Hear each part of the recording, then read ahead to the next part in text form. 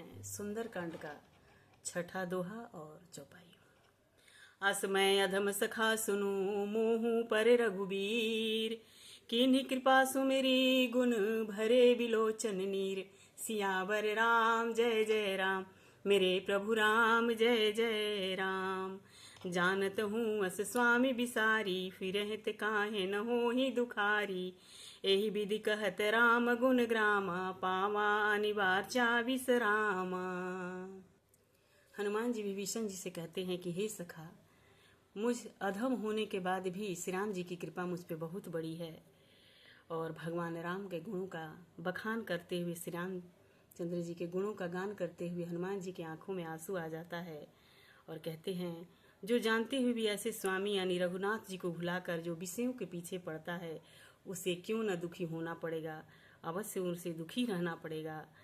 और इस प्रकार श्री राम जी के समूहों को अनिवार्य यानी परम शांति की प्राप्त होती है जो उनका गुणगान करता है।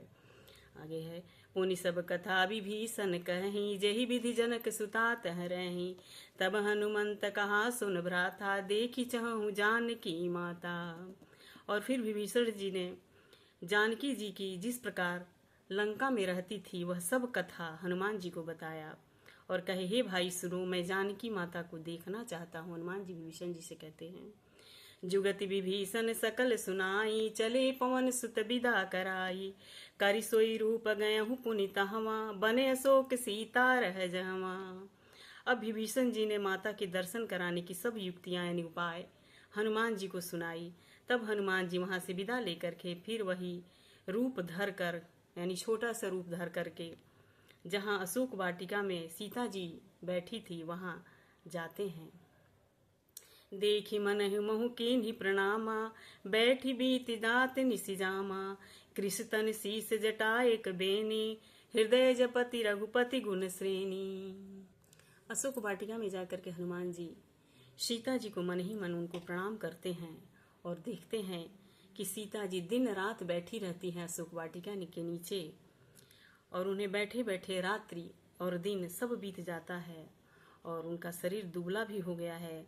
सिर पर क्या देखते हैं, सिर पर जटाओं की एक बेड़ी लटक रही है और वह हमेशा निरंतर श्री रामचंद्र जी के गुणों का स्मरण करके अपने आप को श्री राम जी के चरणों में ध्यान में लगाई रहती हैं। निज पद नयन दिए मन, राम पद कमल लीन। परम दुखी भा पवन सूत, देखी जानकी दीन। सियावर राम जय जय राम, मेरे प्रभु राम जय जय राम। और हनुमान जी क्या देखते हैं कि श्री जानकी जी अपने नेत्रों को अपने ही चरणों में लगाए हुए हैं यानी नीचे की ओर देख रही हैं और श्री राम जी के श्री चरण कमलों को अपने हृदय में बसाकर उसमें लीन है। यह देखकर हनुमान जी बहुत दुखी हो जाते हैं। और ये है दोहा नंबर। तरुपल्लो मह रहा लुकाई, करई विचार करो क्या भाई। तेहि अवसर रावण तह आवा, संग नारी बहु किए बनावा। और उसी समय श्री हनुमान जी पेड़ पर के डाली पे पत्तों के पीछे बैठ करके और विचार करने लगे कि हे भाई, मैं क्या करूं, कैसे सीता जी का दुख दूर करूं। और ये सोच ही रहे थे कि उसी समय रावण आता है वहां पे सीता जी के पास बहुत सी स्त्रियों के साथ। बहुविधि खल से तहि समुझावा, साम दाम दान भय भेद दिखावा। कह रावण सुन सुमुखी सयानी, मंदोदरी आदि सब रानी।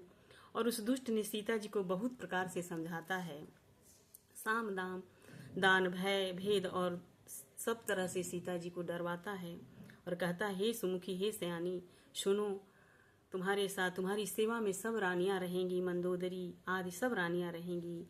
तब अनुचरी करऊं पन मोरा, एक बार बिलोक ममयोरा। त्रिंधन ओट कहत बैदेही, सुमिरी अवधपति परम स्नेही। और मैं तुम्हारी दासी बना दूंगा उन सारी स्त्रियों को, यह मेरा प्रण है, तुम एक बार मेरी ओर देख लो केवल। और अपने परम स्नेह कोसलाधीश श्री रामचंद्र का स्मरण करके श्री जानकी जी तिनके की आड़ का पर्दा करके कहने लगी, सुनु दस मुख खद्योत समा।